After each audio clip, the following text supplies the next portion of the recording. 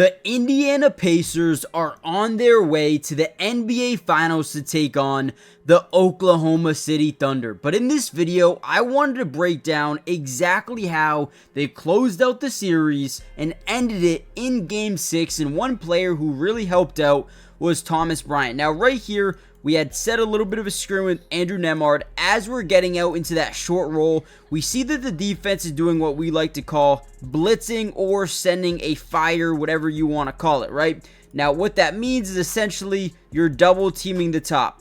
So what we're going to do is we're going to find the short roll in Andrew Nembhard, and as we get leverage to the basket, we're going to create a really good opportunity. So boom, now we have leverage to the lane, which is going to create one or maybe even two things. You're either going to see strong side rotation from the big in Karl-Anthony Towns, or he's going to stay at that three-point line, and you're going to see weak side rotation from Mitchell Robinson. Now, since Karl-Anthony Towns believes that Thomas Bryant isn't a great shooter, he kind of gets sucked over to Andrew Nembhard, and now all we do is kick out to Thomas Bryant, who had a couple of big-time plays in this game. And this was one of them, right? It's about an 8-point game, 8 minutes left to go in the early third quarter, right? This is just execution, being able to recognize the double, take advantage of it, find the open man off the drive to the basket, and then boom, execution by Thomas Bryant to hit the shot. Great job by TB, and man, he came up big in this game. We're going to break down a ton of film. Hit the like button, subscribe, join the family. Let's dive in.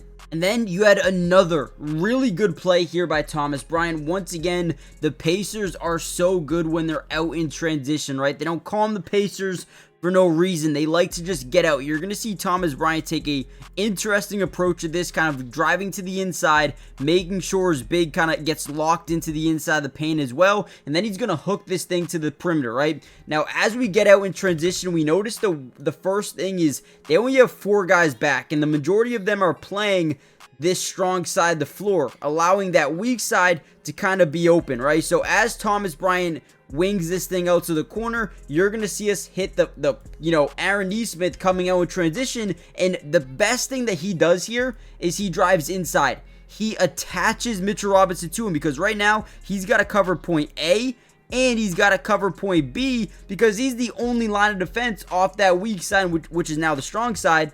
So boom, we drive, we kick, and once again, Thomas Bryant, no hesitation, pulls up a 3 and drains it. And then you look at what he did defensively.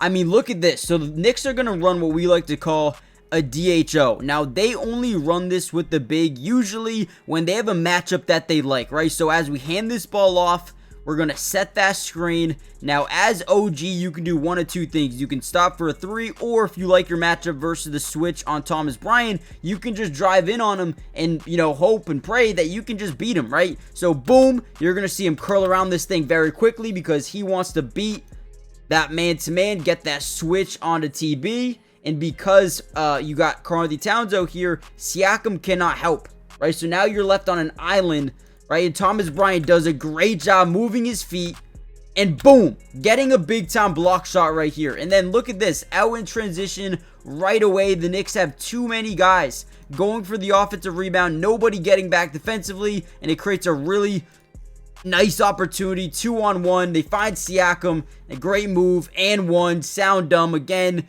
Defense leads to offense, and man, Thomas Bryant was absolutely huge in this game, offensively, defensively, energy-wise. Everything he did in this game was absolutely huge for this game. All right, before we get any further into the film breakdown, I have another play I really want to show you here. Before we get into it, do me a big favor, guys. Hit the like button if you want more Pacer breakdowns throughout the entirety of the NBA Finals coming up in just a few days. But also, and more importantly, make sure you guys subscribe to the channel if you are new. It is free. It doesn't cost anything to join the family, and we will be covering the Pacers throughout every single game of the playoffs, plus the offseason as well. Whatever it may be, free agency, the NBA drafts, every signing, every trade, we got you guys covered, so make sure you guys are joining the family. And with that being said, let's kind of dive into another play. Now, the one thing I noticed about the Pacers in this game, they did a really good job moving off ball, okay? In one specific play right here, Obi Toppin does what we like to call slot cutting. Okay, so what is slot cutting, you may ask? Well, we're going to act like we're going to set the screen. Not even act, we're actually going to do it. But you start to see the defense do what I like to call ball watching. You see how everybody here is starting to stare at the basketball? They're going to start to rotate over a little bit as well because they know Halliburton trying to attack that perimeter. Right? So as these defenders start to really ball watch here, all we're doing is we're cutting to the basket. This is what we call a slot cut. Getting behind the defense. That way, when this guy turns back, he's not going to know where his guy went. Okay? Which essentially is going to leave you wide open. It's going to create a lot of pressure on this defense. So here we go. Halliburton drives in. We're going to create weak side rotation from Landry Shamet. And by the time DeLon Wright turns back around, his guy's already cutting to the basket. Now, what we're doing here, we have clear leverage. That means this guy has to choose between either A, covering Halliburton, which clearly you're going to have to do, or you have to cover that slot cut, and you can't do both. Okay, so Halliburton finds a slot cut, and they get a nice little layup here. Great job moving off ball. A lot of teams don't do it, right? A lot of teams like to just stare at the guy with the basketball. Nah, the Pacers, the reason they're winning so many games is not only because of that team chemistry, but man, they move so, fluid off the ball. It's so natural, man. It really is. All right, another really good play here by Indiana. All we're doing right here, we're going to set up this DHO, the dribble handoff to Tyrese Halliburton. We're also going to set up this double screen. Now, what we're doing here is trying to create early mismatches into this play. As we reset this offense, boom, we get our initial switch. Tyrese Halliburton on Jalen Brunson. This is a matchup right here we really, really like. But we could take this even further, right? How do you do that? Now that you got all these switches, boom, boom, boom, boom, and boom, boom. Now what do we want to do? We want to use Pascal Siakam because now we can even, we can demoralize this mismatch double. So as we go set that screen, what this team has to do is, because Halliburton's so quick, is they better rotate that big over or send that blitz with Mikal Bridges, right? So as we set that blitz, or as we set that screen, I should say, boom, you see a little bit of a pre-double team here. But initially, you see Mitch Robinson switch. So now you have double. You have a big mismatch with Halliburton, but now you have a big mismatch with nobody covering Siakam, or Jalen Brunson rotates. Once they see Jalen Brunson rotate back, they say bet.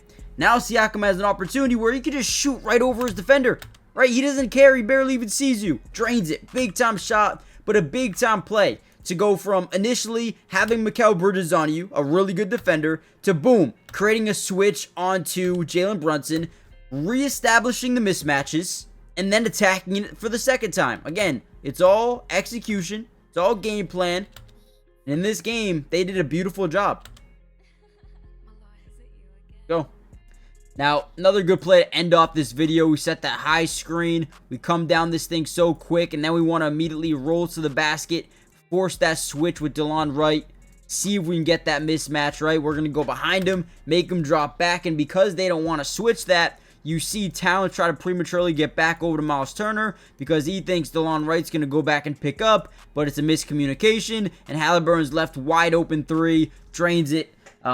Beautiful game, beautiful win. NBA Finals, here we go. Give me some comments down below. Give me some predictions of the NBA Finals, and see you guys in the NBA Finals for some more film analysis. So let me know what you guys think. Hit the like button, subscribe, and I'll see you then. Peace.